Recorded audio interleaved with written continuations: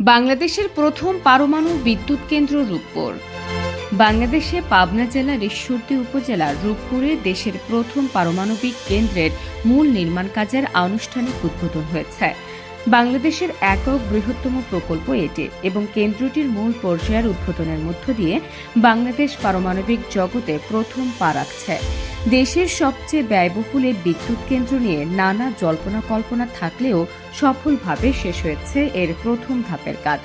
পাবনায় পদ্মা নদীর পাড়ে রাশিয়ান রাষ্ট্রীয় পারমাণবিক শক্তি কর্পোরেশনের নেতৃত্ব দিচ্ছে রূপপুর পারমাণবিক বিদ্যুৎ কেন্দ্র নির্মাণের কাজ।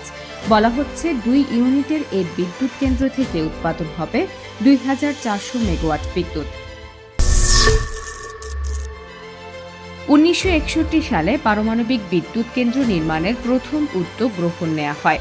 1962 থেকে 1968 সালের মাঝে পাবনা জেলার ঈশ্বরদী থানার পদ্মা নদী তীরবর্তী রূপপুরকে দেশের প্রথম পারমাণবিক বিদ্যুৎ কেন্দ্রের স্থান হিসেবে নির্বাচন এবং প্রকল্পের জন্য 260 একর ও আবাসিক এলাকার জন্য 32 একর জমি অধিগ্রহণ।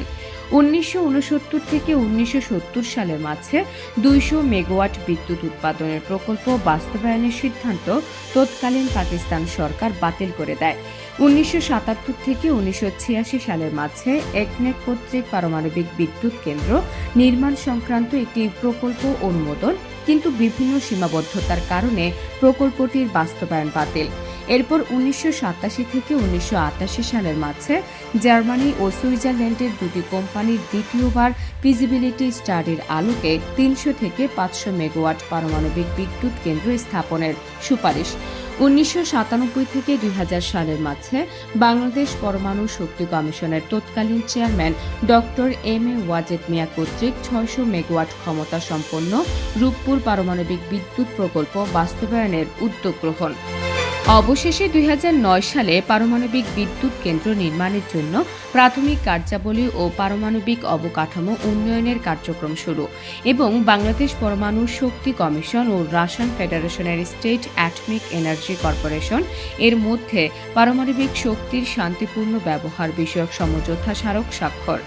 2010 সালে বাংলাদেশ সরকার এবং রাশিয়ান ফেডারেশন সরকারের মধ্যে ফ্রেমওয়ার্ক চুক্তি স্বাক্ষর।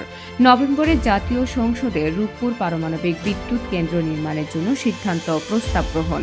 এরপর আসে সেই মাহেন্দ্রক্ষণ। 2011 সালে বাংলাদেশ এবং রাশিয়ান ফেডারেশন সরকারের মধ্যে রূপপুর পারমাণবিক বিদ্যুৎ কেন্দ্র স্থাপন সংক্রান্ত আন্তঃরাষ্ট্রীয় সহযোগিতা চুক্তি স্বাক্ষর হয়। 2013 সালে অক্টোবরে প্রধানমন্ত্রী শেখ হাসিনা কর্তৃক রূপপুর পারমাণবিক বিদ্যুৎ কেন্দ্র নির্মাণের প্রথম পর্যায় কাজের আনুষ্ঠানিক উদ্বোধন এবং 2016 সালে রূপপুর পারমাণবিক বিদ্যুৎ প্রকল্পের মূল পর্যায়ের কার্যাবলী সম্পাদনের জন্য বাংলাদেশ সরকার এবং রাশিয়ান ফেডারেশন সরকারের মধ্যে স্টেট ক্রেডিট চুক্তি স্বাক্ষর।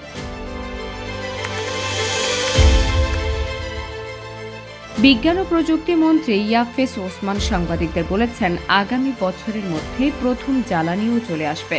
আমাদের পক্ষ থেকে আমরা রেডি। আগামী বছরের ডিসেম্বর থেকে রূপপুর পারমাণবিক বিদ্যুৎ কেন্দ্রের প্রথম ইউনিট উৎপাদন শুরু করতে পারবে।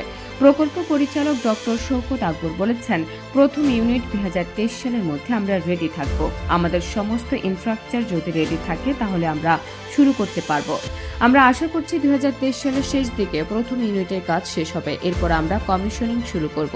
এরপর জাতীয় গ্রিডে বিদ্যুৎ যাবে।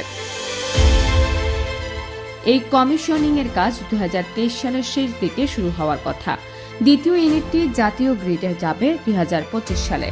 কর্মকর্তারা জানিয়েছেন, এ পর্যন্ত প্রথম ইউনিটের 70% কাজ শেষ হয়েছে, দ্বিতীয় ইউনিটের কাজ শেষ হয়েছে 48% আর পুরো প্রকল্পের কাজ শেষ হয়েছে 55%।